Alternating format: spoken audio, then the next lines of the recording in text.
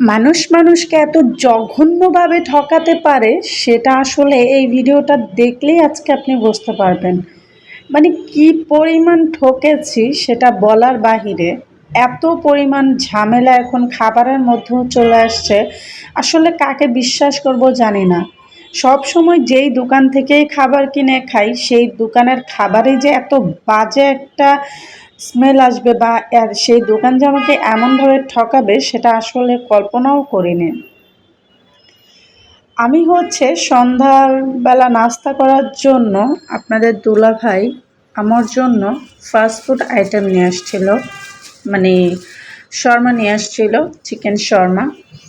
তো আমি হচ্ছে চিকেন শর্মা খুব পছন্দ করি, আর আপনারা অনেকেই জানেন যে আমার ফাস্ট ফুড চাইনিজ আইটেম এইসব খাবারগুলো আমার কাছে ভালো লাগে। তো আপনাদের ভাইয়া প্রায় চেষ্টা করে আমার জন্য এই ধরনের খাবারই নিয়ে আসতে।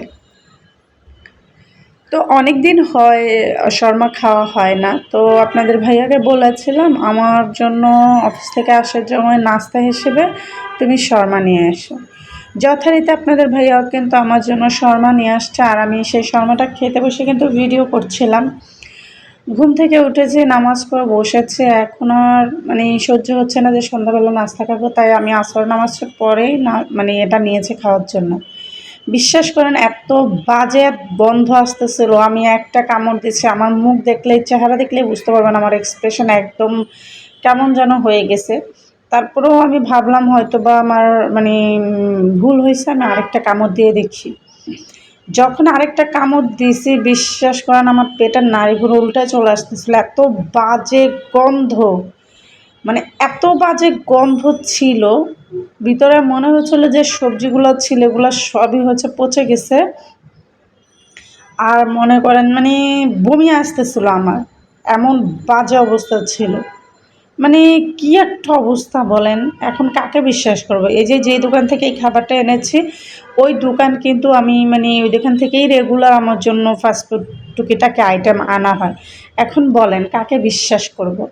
এই মানুষটা সবসময় তাকে চিনি, সেই মানুষটা আমাকে এইভাবে ঠকিয়ে দিল, এবং খাবার কিনতে গিয়েই আমি ঠকে আসলাম বাড়িতে। মানে এটা এক্সপ্লেন করার মতো না যে আমার কাছে কি বিশ্রী লাগতেছিল, কি মানে কি পরিমাণ বাজে লাগতেছিল, আমার বমি চলে আসতেছিল। হয়তোবা এমনি ভালো মতো দেখা যাচ্ছে না, আমি আপনাদেরকে আরেকটু ক্লোজলি দেখাচ্ছি। এই যে দেখেন শর্মাটা আমি মাঝখান থেকে ভেঙে এক পাশ থেকে কামড় দিয়েছিলাম, আর ভিতরে দেখেন মনে হচ্ছে ভিতরে চিকেন সবজি মানে যা যা দিছে সব কিছু পচে একদম মানে পচে গেলে ময়লার যে একটা আবর্জনার একটা গন্ধ, ওই রকম গন্ধ আসতেছিল। এখন আমার খুব বমি বমি লাগতেছিল। এখন ভাবলাম যে কি খাওয়া যায়, এদিক সেদিক খুঁজতেছি।